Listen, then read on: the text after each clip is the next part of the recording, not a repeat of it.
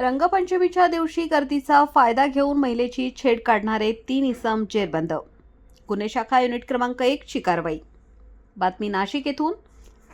महिलेची छेड काढणाऱ्या इस्मांविरुद्ध फिर्यादी यांनी दिलेल्या फिर्यादीवरून पंचवटी पोलीस स्टेशन येथे गुन्हा दाखल करण्यात आला आहे.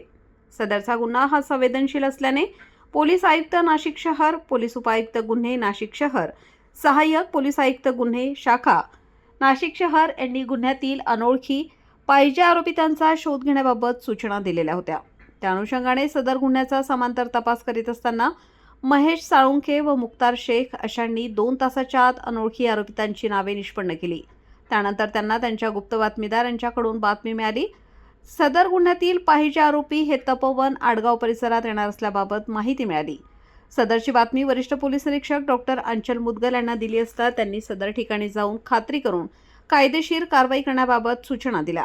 त्यावरून गुन्हे शाखा युनिट क्रमांक 1 कडील किरण शिरसाट, कैलास चव्हाण, महेश साळुंखे, प्रदीप मस्ते, प्रवीण वाघमारे, विशाल काठे, विशाल देवरे, नाझीम पठाण, गोरक्ष साबळे, मुक्तार शेख, आप्पा पानवळ अशांच्या पथकाने तपोवन परिसरात शोध घेतला असता सदरचे आरोपी हे तपोवन पंपिंग स्टेशन परिसरात जाणाऱ्या रोडवर त्यांना ताब्यात घेतले. त्यांची नावे सतीश लक्ष्मण वाघमारे, उपनगर नाशिक रोड नाशिक, तुषार बाळू साळवे, नाशिक रोड नाशिक, ओम कृष्णा भांगरे, तालुका पेठ, जिल्हा नाशिक अशी असून त्यांच्याकडे वरील गुन्ह्याबाबत विचारपूस केली असता त्यांनी सदरचा गुन्हा केल्याची कबुली दिल्याने त्यांना पुढील कारवाई कामी पंचवटी पोलीस ठाणे यांच्या ताब्यात देण्यात आले आहे.